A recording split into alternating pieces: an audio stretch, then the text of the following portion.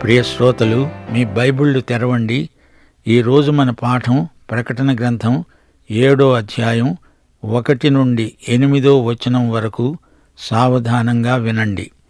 అటు తరువాత భూమి యొక్క 4 దిక్కులలో 4 దేవదూతలు నిలిచి ఉండి, భూమి మీదనైనను సముద్రము మీదనైనను ఏ చెట్టు మీదనైనా గాలి వీచకుండునట్లు భూమి యొక్క 4 దిక్కులు పట్టుకొని ఉండగా చూచాను.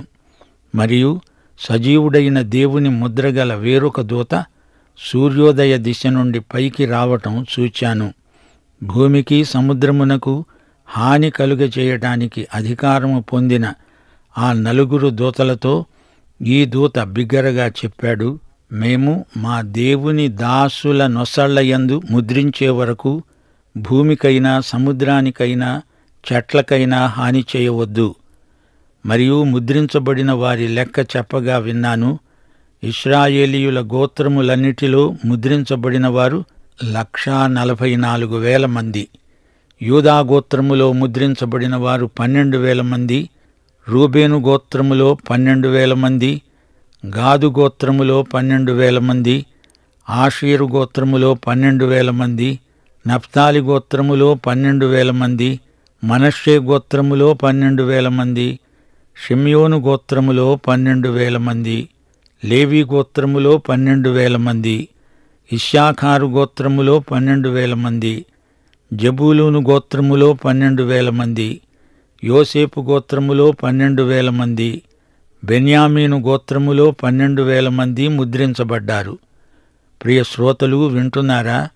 సంఘం పైకి ఎత్తబడిన తరువాత ఈ భూమి మీదికి రాబోయే శ్రమలను గురించిన అధ్యాయమిది. ఇశ్రాయేలు శేషిత ప్రజను దేవుడు ముద్రిస్తున్నాడు. మహాశ్రమల కాలంలో సంఘం ఇక్కడ ఉండదు, పరలోకానికి ఎత్తబడి ఉంటుంది. ప్రకటన గ్రంథం చక్కని క్రమాన్ని అనుసరించి రాయబడింది. ఇది గ్రహించడానికి కష్టమేమీ కాదుగాని యోహాను చెప్పిందిగాక తమ స్వంత అభిప్రాయాలు తెచ్చి ఇందులోకి చేరిస్తే ఇది కఠినమైన గ్రంథమవుతుంది. 2 పేతురు 1వ అధ్యాయం 20వ వచనంలో స్పష్టం చేయబడింది, ఒకడు తన ఊహను బట్టి చెప్పడము వలన లేఖనములో ఏ ప్రవచనము పుట్టదని మొదట గ్రహించుకోవాలి. ప్రకటన గ్రంథము నీకు అర్థం కావాలంటే మిగతా 65 పుస్తకాలు నీవు అర్థం చేసుకుని ఉండాలి. ప్రకటన గ్రంథంలో అక్కడొక వచనం ఇక్కడొక వచనం అలాగా వివరించడానికి పూనుకుంటే అంతా గజిబిజి అవుతుంది. మత్తయి సువార్త 24, 25 అధ్యాయాలలో ఆలివు కొండ ప్రసంగం చేశాడు ప్రభువు. అందులో ప్రభువు మహాశ్రమలను ప్రస్తావించాడు. ప్రకటన గ్రంథానికి ఆలివు కొండ ప్రసంగం గొప్ప వివరణ, విపులీకరణ. ప్రభువు చెప్పిన మాటల ఆధారంగా యోహాను ఎన్నో పరమసత్యాలను మనకు నేర్పాడు. ఇంతవరకు మనం 6 ముద్రలు విప్పబడినట్లు చూచాము. భూమి మీదికి రాబోయే 4 ఉపద్రవాలను చూచాము.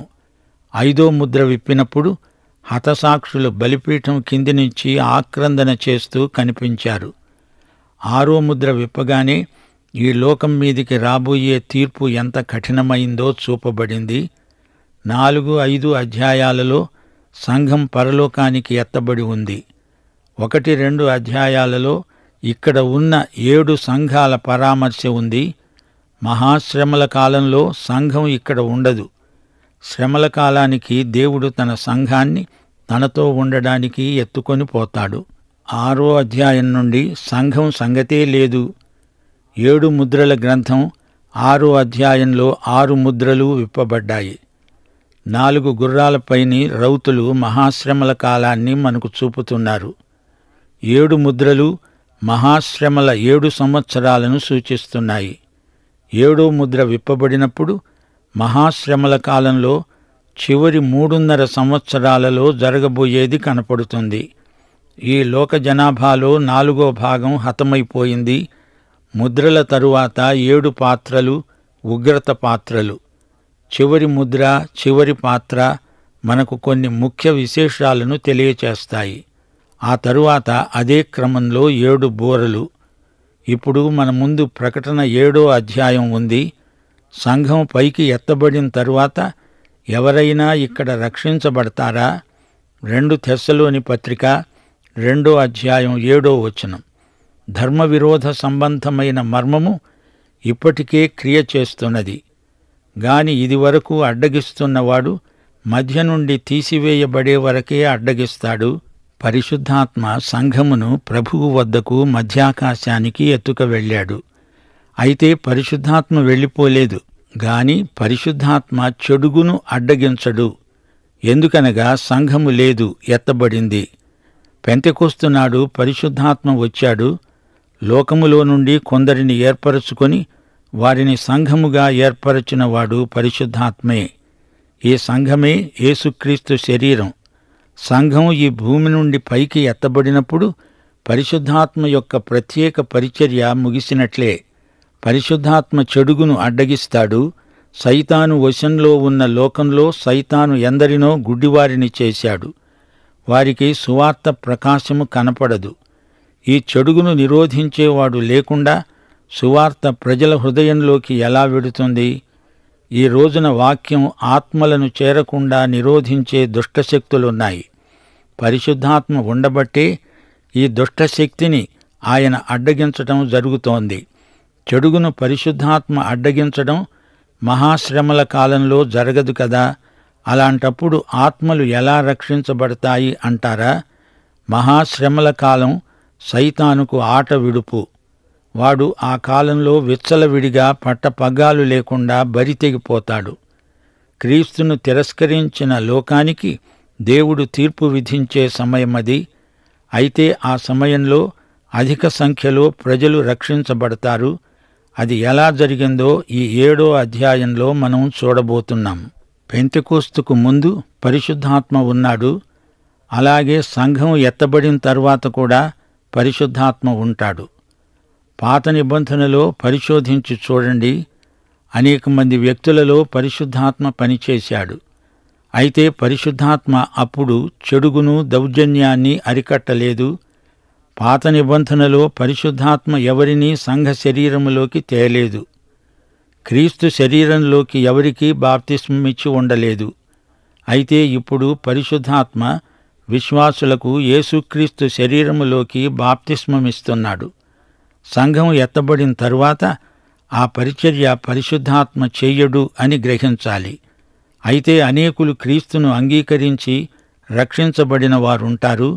సృష్టి ఆరంభములో కూడా దేవుని ఆత్మ అగాధ జలములపై అల్లాడుతూ ఉన్నాడు.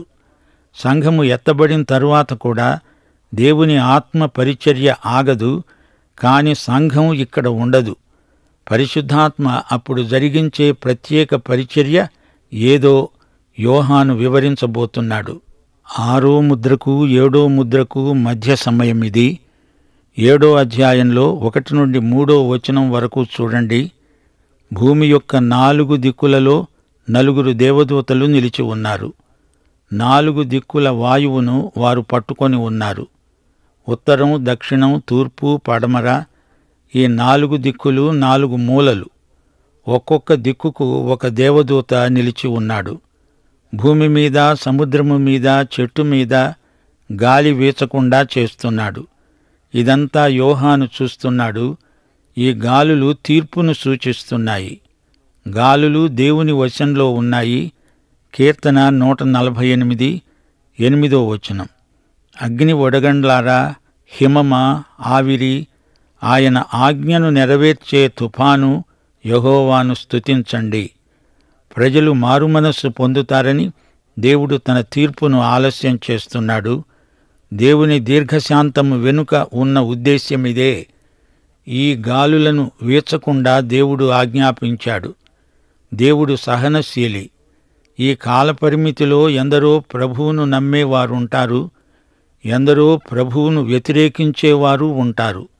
సూర్యరశ్మి చేత బంకమన్ను గట్టిపడుతుంది, మైనం కరిగిపోతుంది. ఈ 2 ఫలితాలు సూర్యరశ్మి వల్లనే కలుగుతాయి. ఈ అధ్యాయంలోని ప్రతిదానికి విచిత్రమైన అర్థాలు చెప్పేవారు కొందరున్నారు. అలాంటి వ్యాఖ్యానాల వల్ల ఆధ్యాత్మిక ప్రయోజనమేమీ ఉండదు, కలవరం మాత్రమే మిగులుతుంది. ప్రభువు చెప్పిన మాట ఉన్నది ఉన్నట్లు విని దాన్ని అమలుపరిచేవారు ధన్యులు. యోహాను సువార్త 5వ అధ్యాయం 24వ వచనం ఇదే మాట పలుకుతోంది. ప్రభువు అంటున్నాడు, నా మాట విని నన్ను పంపిన వానియందు విశ్వాసముంచేవాడు నిత్యజీవము గలవాడు. వాడు తీర్పులోనికి రాక మరణములో నుండి నిత్యజీవములోనికి దాటి ఉన్నాడు. మహాశ్రమలు దేవుని మహా తీర్పు. దేవుని సంఘము ఆ తీర్పులోకి రాదు. ఫిలదెల్ఫియాకు ప్రభువు చెప్పింది ఇదే. ఓర్పు విషయమైన వాక్యము గైకొన్నావు గనుక భూనివాసులను శోధించడానికి లోకమంతటి మీదికి రాబోయే శోధన కాలములో నేను నిన్ను కాపాడతాను. శోధన కాలమా? అదేది? ఈ 7వ అధ్యాయంలో యోహాను చెబుతున్న కాలమే అది.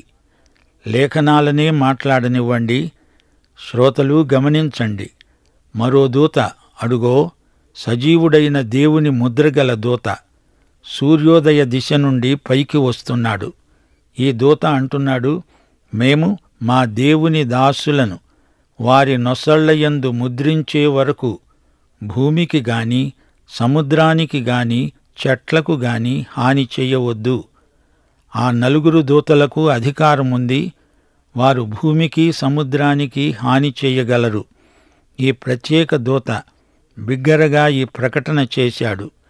ఈ దూత 5వ దూత. ఈ దూతకు ఆ 4 దూతలపై అధికారమున్నది. సైతాను సైన్యంలో అధికారులకు వివిధమైన హోదాలున్నాయి. సైనికులు, సేనాపతులు, దండనాథులు ఉన్నారు.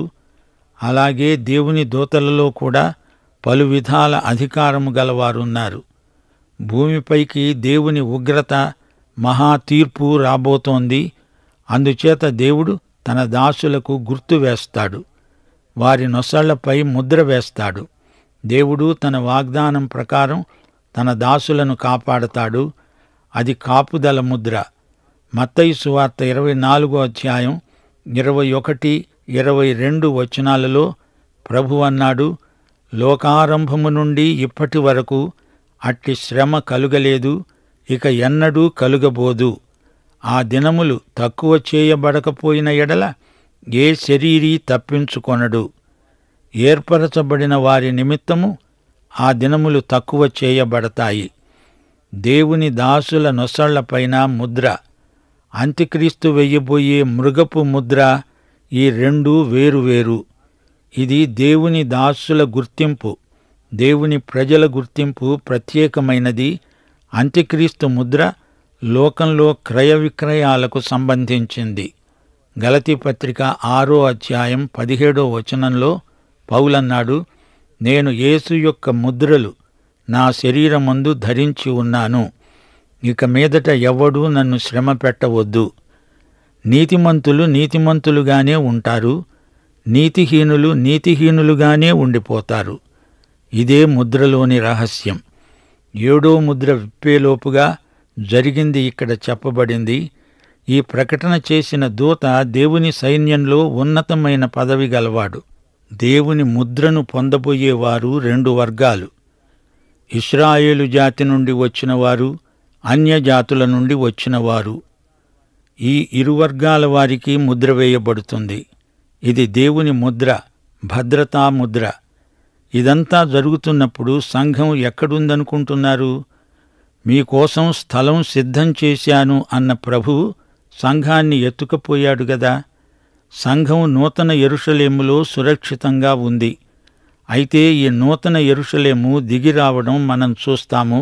అది వేరే సందర్భం. 6, 7 ముద్రలు విప్పబడే మధ్యకాలంలో తన వారి భద్రత కోసమై ఈ విరామం అవసరమైంది. మహాశ్రమలలో తన వారి క్షేమం దృష్ట్యా దేవుడు ఈ ముద్ర వేయిస్తున్నాడు. 4వ వచనం జాగ్రత్తగా చూడండి. ముద్రించబడిన వారి లెక్క చెప్పగా నేను విన్నాను. ఇశ్రాయేలీయుల గోత్రములన్నిటిలో ముద్రించబడిన వారు 1,44,000 మంది. ఇశ్రాయేలీయుల విషయంలో తేదీ, సంఖ్య పేర్కొనటం జరిగింది. అన్యుల విషయంలో తేదీలు కాని సంఖ్య గాని చెప్పబడదు. ఇది దేవుని విధానం. ప్రతిదానికి తేదీలు నిర్ణయిస్తామనే వారి మాటలు నమ్మదగినవి కాదు. మహాశ్రమల కాలంలో రక్షించబడిన వారు అసంఖ్యాకులు. అయితే ఇశ్రాయేలు జాతీయులు 144,000 మంది. కొందరు తమ సభలలో రక్షించబడిన వారు ఎంతమందో చెప్పడానికి సంఖ్యలను వాడుతున్నారు. ఈ విధంగా లెక్కించటం అసాధ్యం. ఊహలు చాలాసార్లు వాస్తవం కావు. మహాశ్రమల కాలంలో ఇది పరిశుద్ధాత్మ పరిచర్య, ఇది పరిశుద్ధాత్మ ముద్ర. వీరు రక్షించబడడానికి హామీ ముద్ర. సంఘం ఎత్తబడిన తర్వాత కూడా పరిశుద్ధాత్మ పరిచర్య ఈ భూమి మీద ఈ విధంగా కొనసాగింది. నీవు ఉత్తరం పోస్టాఫీసులో అప్పగించినప్పుడు ఆ ఉత్తరం మీద తపాలా ముద్ర పడింది అంటే ఆ ఉత్తరం బట్వాడా విషయం అది హామీ. తపాలా శాఖ అంతా ఆ హామీ వెనుక నిలిచి ఉంటుంది. మహాశ్రమల కాలంలో మాత్రమే రక్షించబడిన ఇశ్రాయేలీయులు గోత్రానికి 12,000 చొప్పున మొత్తం 144,000 మంది. వీరు ఇశ్రాయేలు జాతికి చెందినవారు. ఇది సంఘానికి సంబంధించింది కాదు, అన్యజాతులకు చెందింది కాదు. పూర్తి యూద జనాభాతో పోల్చి చూస్తే 144,000 మంది బహు స్వల్పం. అయితే మహాశ్రమల కాలంలో రక్షించబడిన శేషిత ప్రజలు వీరు. ఈ లోకంలో యూదుల జనాభా 14 మిలియన్లకు పైగా ఉన్నారు. దేవుడు అబ్రహామును పిలిచినప్పటి నుండి ప్రతి తరంలోనూ శేషిత ప్రజలు సాక్ష్యార్థంగా ఉంటూనే ఉన్నారు. ఈ రోజున కూడా శేషిత ప్రజలు యూదుల మధ్య ఉన్నారు. రోమాపత్రిక 9వ అధ్యాయం 8వ వచనం, శరీర సంబంధులైన పిల్లలు దేవుని పిల్లలు కారు, గాని వాగ్దాన సంబంధమైన పిల్లలు సంతానమని ఎంచబడతారు. రోమాపత్రిక 11వ అధ్యాయం 4-5 వచనాలు. దేవోక్తి అతనితో ఏమి చెబుతోంది? బయలుకు మోకాళ్ళునని 7,000 మంది పురుషులను నేను శేషముగా ఉంచుకొని ఉన్నాను. అలాగుననే అప్పటి కాలమందు సైతము కృప యొక్క ఏర్పాటు చొప్పున శేషము మిగిలి ఉన్నది. మత్తయి సువార్త 24వ అధ్యాయం 14వ వచనం, ఈ రాజ్య సువార్త సకల జనములకు సాక్ష్యార్థముగా లోకమందంతటా ప్రకటించబడుతుంది. అటు తరువాత అంతము వస్తుంది. ఇది రాజ్య సువార్త, రక్షణ సువార్త, యేసు మరణ పునరుత్థాన సువార్త. ఈ గోత్రాల జాబితాలో యూదా పేరు మొదట ఉంది. రూబేను తన స్థానాన్ని పోగొట్టుకున్నాడు. పాపం చేస్తే దేవుని ప్రజలైనా బహుమానం కోల్పోవటం జరుగుతుంది. దాను, ఎఫ్రాయిము పేర్లు ఈ జాబితాలో లేవు. విగ్రహారాధన వల్ల వారు తమ దారి తప్పిపోయారు. మరిన్ని వివరాలు వచ్చే పాఠంలో విందాము. అందాక సెలవు. ప్రభువైన యేసుక్రీస్తు వారి దివ్య కృప, తండ్రి అయిన దేవుని పరమ ప్రేమ, పరిశుద్ధాత్మ యొక్క అన్యోన్య సహవాసము మనకు నిత్యత్వము పర్యంతము తోడై ఉండునుగాక. ఆమేన్.